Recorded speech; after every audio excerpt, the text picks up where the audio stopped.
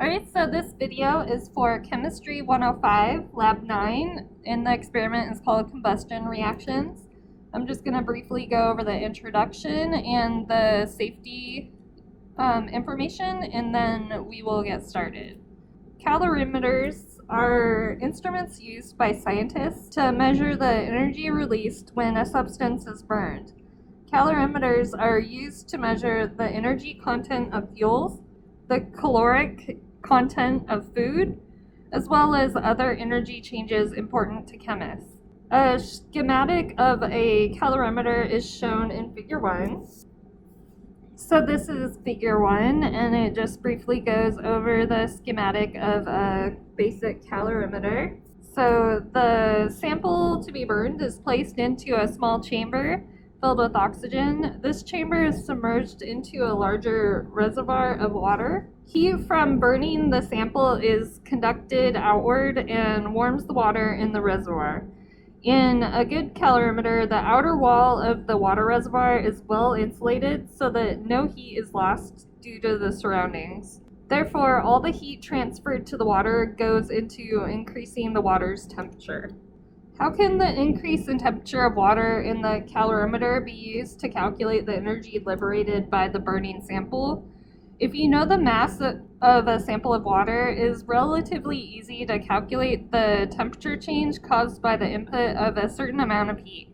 The equation is Q equals mc T sub F, which is the final temperature, minus T sub I, which is the initial temperature, where Q is the heat transferred into the water in calories, M is the mass of water in grams, Tf is the final temperature of the water in Celsius, and T sub I is the initial temperature of the water, also in Celsius. And C is a constant equal to 1.00 calories per grams degrees Celsius for water. This experiment will use a very simple calorimeter to measure the energy liberated by burning two fuels, candle wax, which is a hydrocarbon, and ethanol, which is an alcohol. Rather than being suspended in a small chamber in the middle of a water reservoir, the fuel samples in this lab will be burnt below the water reservoir. This means some energy will be lost due to the air around the burning candle or burning ethanol.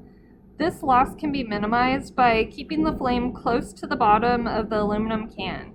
Also, the water reservoir won't be thickly insulated. The error due to the loss of heat through the can can be minimized by performing the experiment relatively quickly. So for safety precautions, we must wear goggles when performing this experiment. Be especially mindful of long hair and loose clothing when working with a Bunsen burner. Also be careful to let the candle and ethanol burner cool completely before handling them. Alright, so now we're ready to get started with the procedure.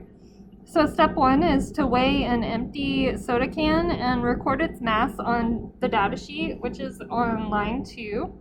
So I've grabbed a soda can and we'll go back to the equipment room to weigh it.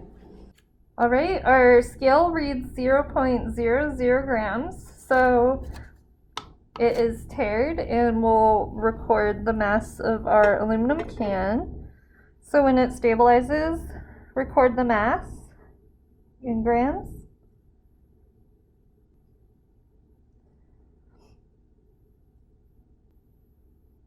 All right, it looks like it's stable now, so record your data. And now we'll go back to our student bench.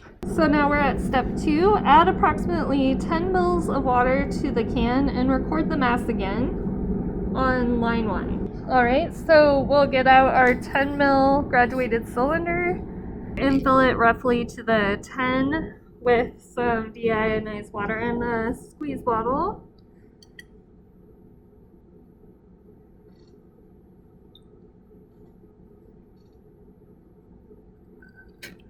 And then we'll just put it into our aluminum can.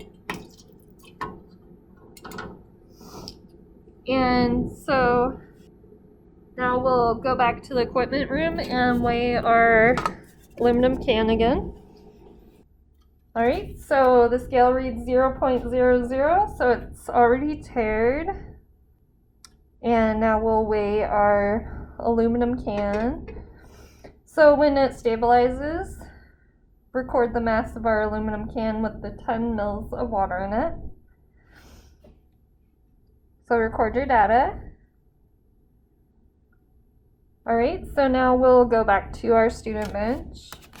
So now we're at step 3, place a utility clamp on a ring stand. The soda can may be then placed in the clamp and the height adjusted so that the bottom of the can is a few inches above the top of the candle's wick. And then it says see figure 2, and this is figure 2. So we will try to replicate that. So here's our ring stand and here's our clamp. We're just going to slide the clamp onto the ring stand and tighten it.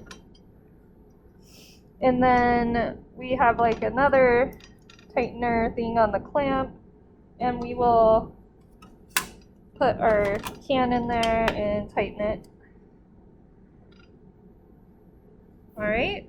So now we're at step 4. It says place the thermometer in the can and measure the temperature of the water and record it on your data sheet on line 5. And we'll want to record the temperature in Celsius. All right, so here's my thermometer. And if you notice, there's 2 sides to it. So this side is Celsius and this side's Fahrenheit. So we're going to read this side. And so, I think my finger warmed it up.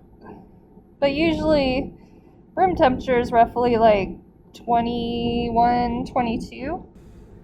The initial temperature on the thermometer is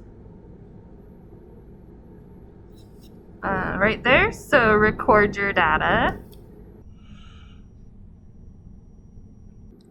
So now we're at step 5. Measure the mass of the candle and record it on your data sheet on line 7. So we'll go back to the equipment room and weigh our candle, which is just a tea light. All right, so the scale reads 0.00 grams, so it's already tiered, and we're ready to weigh our candle. So once the number stabilizes, record the mass of our candle in grams.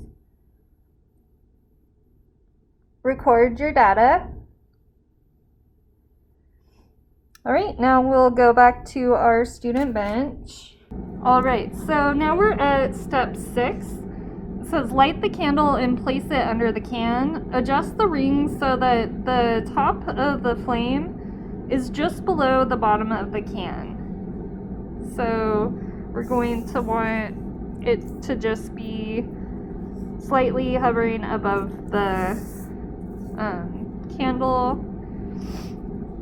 And then step 7 is stir the water occasionally and wait for the temperature to increase about 20 degrees Celsius and then extinguish the flame.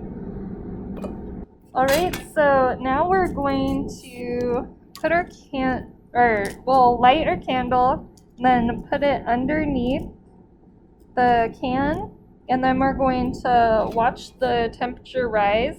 And it says to extinguish the candle when it's risen about 20 degrees. So we'll extinguish it when it reaches about 41 degrees. So